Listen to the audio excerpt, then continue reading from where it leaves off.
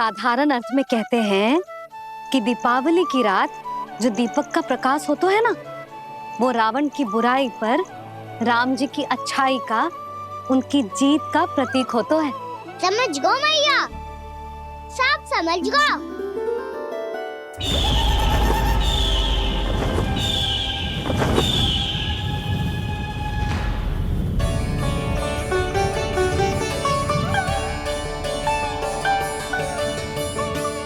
आज हम ये सारे दीपक जलाएंगे बाबा, और इसके प्रकाश के कारण कोई भी विकार, कोई भी बुराई वृंदावन में प्रवेश ना कर पाएगी, वृंदावन में प्रवेश ना कर पाएगी।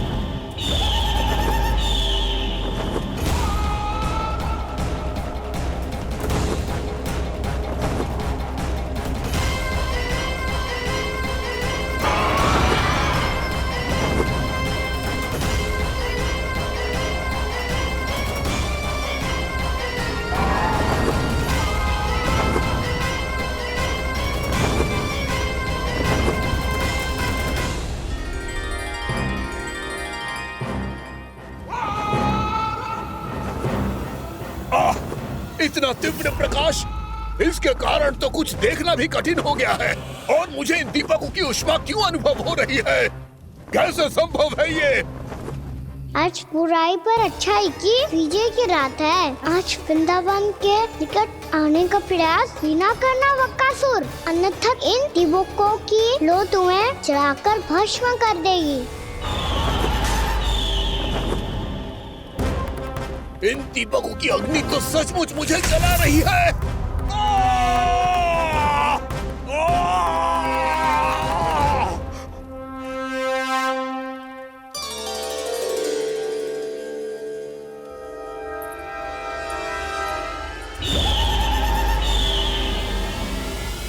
सारे देवता भी मिलकर मुझे नहीं रोक पाए थे। इन नन्हे दीपकों में इतना सामर्थ्य कहां जो मेरे पांव को बांध पाए।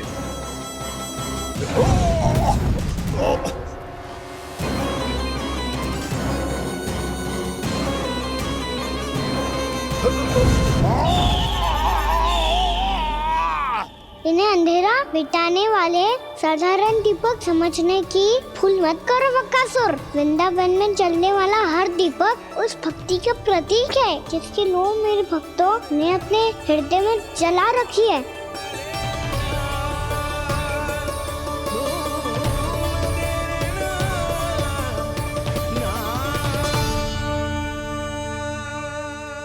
भक्ति की शक्ति के आगे तो रावण को भी हारना पड़ा था बकासुर। फिर तुम्हारा तो अस्तित्व क्या है? तो फिर अब मैं भी देखता हूँ ये दीपक कब तक तेरे वृंदावन को मुझसे बचाते हैं।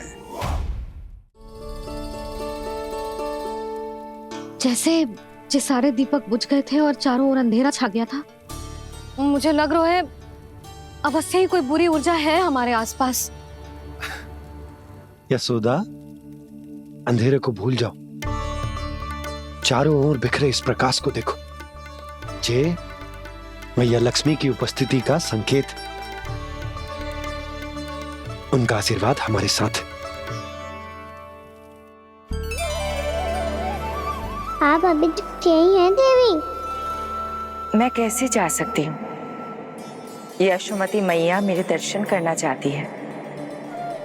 जिनकी इच्छा आप नहीं टाल सकते, उनकी इच्छा का मान मैं ना रखूं, ये तो संभव ही नहीं है। आपने मनाया है ना, स्मरण है ना आपको? मैं आपसे अपनी पूजा नहीं करवा सकती। अब तो दीपक भी जल गए, इससे पहले कि मुहूर्त निकल जाए पूजा आरंभ करते हैं। चल आजा।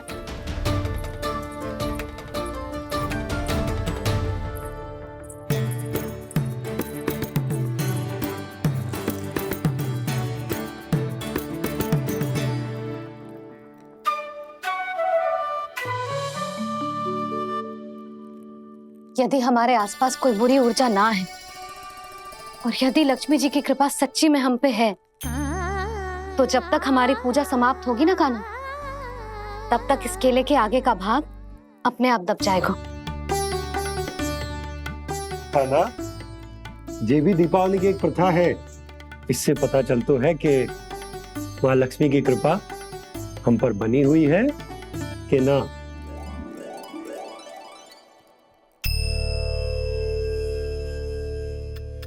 हे लक्ष्मी मैया, हम सबकी पूजा स्वीकार करो, आप हमें आशीर्वाद दो।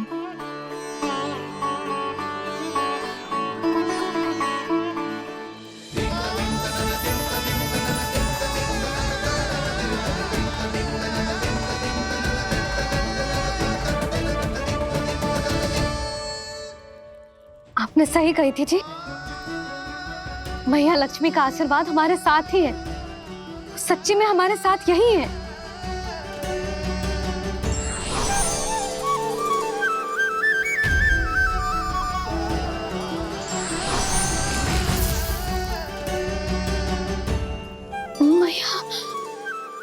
मैया लक्ष्मी ने साक्षात दर्शन दिए जी हमें। हाँ यशोदा, मैया ने हमारी भक्ति स्वीकार कर ली।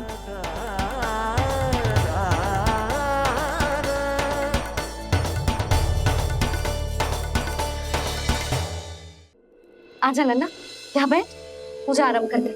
आजा।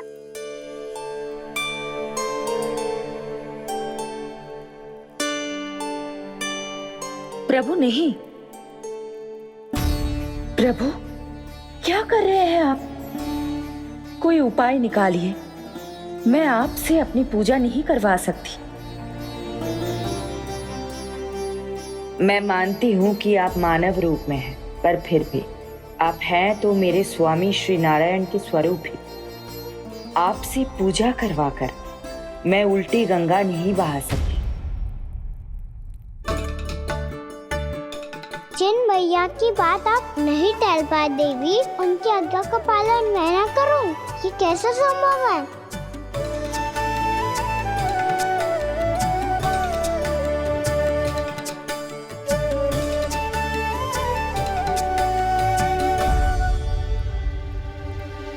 पर आप इतनी विचलित क्यों हो रहे हो? प्रेम और पूजा में कोई अंतर नहीं होता।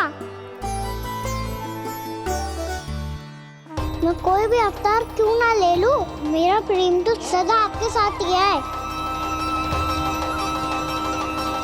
तो फिर मैं आपकी पूजा करूं या आप मेरी, इससे क्या अंतर पड़ता है?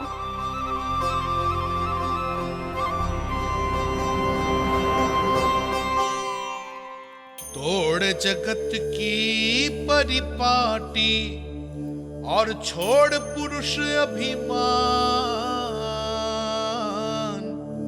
अर्धांगिनी का पूजन कर प्रभु रच रहे नया विधान।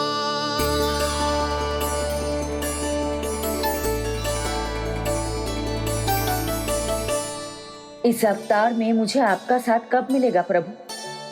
इधर के राजा भीष्मक की पुत्री रुक्मणी के रूप में शीघ्र ही आपका जन्म होगा।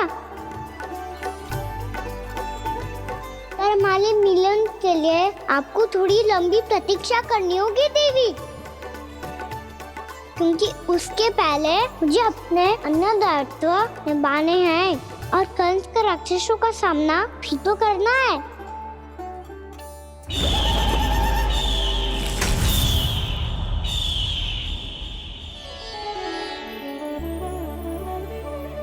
बोलो लक्ष्मी मैया की जय। सच्ची में आज बहुत ही शुभ दिन है।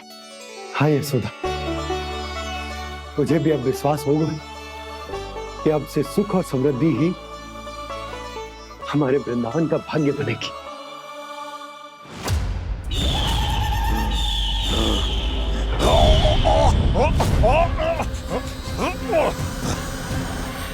इन दीपकों का प्रकाश सैकड़ों सूर्यों की भांति चुभ रहा है मुझे।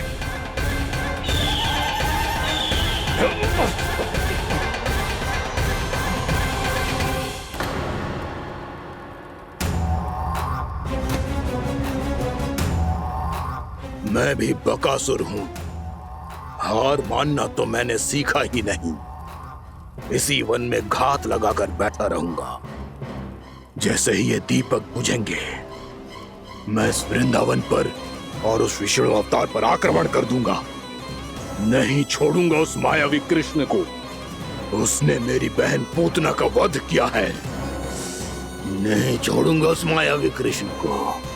नहीं छोड़ूंगा उस मायावी कृष्ण को।